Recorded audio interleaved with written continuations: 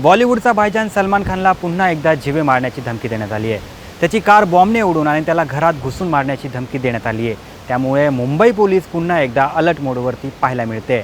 मध्यरात्री मुंबईच्या वाहतूक विभागाच्या व्हॉट्सॲप ग्रुपवरती हा धमकीचा मेसेज करण्यात आला। मुंबईतील वरळी पोलीस ठाण्यात आलेल्या या धमकीनंतर अज्ञात व्यक्तीविरोधात गुन्हा दाखल करण्यात आला आहे।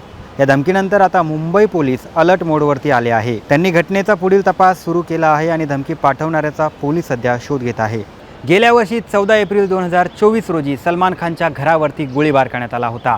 त्यानंतर आता पुन्हा 14 एप्रिल 2025 रोजी सलमान खानला जीवे मारण्याची धमकी देण्यात आली आहे। सलमान खानकडे बुलेट प्रूफ कार असून नुकतेच काही दिवसांपूर्वी त्याने त्याच्या बंगल्याच्या काचा देखील बुलेट प्रूफ केल्या आहे। सलमान खानला वाय दर्जाची सुरक्षा प्रदान करण्यात आली आहे। त्याच्यासोबत नेहमी 11 जवान असतात। सलमान खानकडे बुलेट प्रूफ कार देखील आहे। त्याच्या मागे आणि पुढे नेहमी 2 सुरक्षा रक्षकाच्या गाड्या असतात। तरी देखील सलमान खानला जीवे मारण्याची धमकी पुन्हा एकदा देण्यात आली आहे। तुम्हाला हा व्हिडिओ कसा वाटला आम्हाला नक्की कळवा आणि जास्तीत जास्त लोकांपर्यंत हा व्हिडिओ शेअर करा आणि पाहत रहा ABP माझा।